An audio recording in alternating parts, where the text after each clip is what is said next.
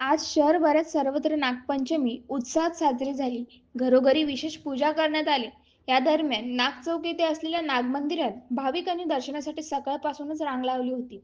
पंचमी महोत्सव 2025 आयोजित केला आहे। काल 28 तारखेला श्रींचा पालखी सोहळा अतिशय उत्साहाच्या वातावरणामध्ये संपन्न झाला। आज सकाळी नागपंचमी या दिवशी सकाळी 7 वाजता रुद्राभिषेक करण्यात आला। सकाळी 10 वाजता सत्यनारायणच्या पूजनाचं आयोजन करण्यात आलं होतं। तसेच आपण बघत आहात तर दुपारी 12 ते 4 वाजेपर्यंत महाप्रसादाचं आयोजन केलं आहे। नागचौकातील नाग मंदिर हे नाशिकमधलं एकमेव मंदिर आहे। या मंदिरामध्ये अनेक भाविकांच्या इच्छा मनोकामना पूर्ण झाल्या आहेत। दूध आणि नैवेद्य अर्पण करून पारंपरिक पद्धतीने पूजा करण्यासाठी मंदिरात गर्दी केली होती। शहराच्या मध्यवर्ती भागात एकमेव नागमंदिर असल्याने सर्वच भागातील भाविकांनी या ठिकाणी येऊन दर्शन घेतले। या निमित्ताने भाविकांनी आपल्या धार्मिक भावना व्यक्त करताना सांगितले।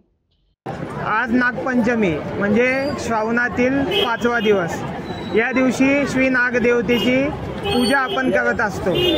आपल्या सर्वांना माहिती आहे, नाग हा प्राणी आपल्या जीवनचक्रातील पर्यावरणातील एक महत्त्वाचा प्राणी। नाग हा शेतकऱ्याचा मित्र म्हणून कार्यरत असतो। शेतीमध्ये जे जनावर नासधूस करतात उंदरांसारखे, त्या जनावरांचं भक्षण करून शेतकऱ्याचा मित्र म्हणून नाग हा या पर्यावरणात वावरत असतो। आज आपण नागपंचमी निमित्त नाग मंदिर येथे आहोत। या ठिकाणी दरवर्षी मोठ्या प्रमाणावर नागपंचमी निमित्त भंडारा हा आयोजित केला जात असतो। नाग मंदिर हे नाशिकातील एकमेव नाग मंदिर असल्यामुळे मोठ्या संख्येने भाविक येथे येत असतात। अनेकांची इच्छा या मंदिरात येऊन पूर्ण होत असते, म्हणून हे जागृत असे देवस्थान म्हणून प्रसिद्ध आहे। तसेच मखमालाबाद पेठरोड येथील तवली फाटा भागातील डोंगरावर नागमंदिरात नागपंचमीचे औचित्य साधून दरवर्षी यात्रेचे आयोजन केले जाते। यंदाही मोठ्या उत्साहात यात्रा संपन्न झाली। शहरातल्या विविध भागातील भाविकांनी डोंगरावरील मंदिरात दर्शनाचा लाभ घेतला।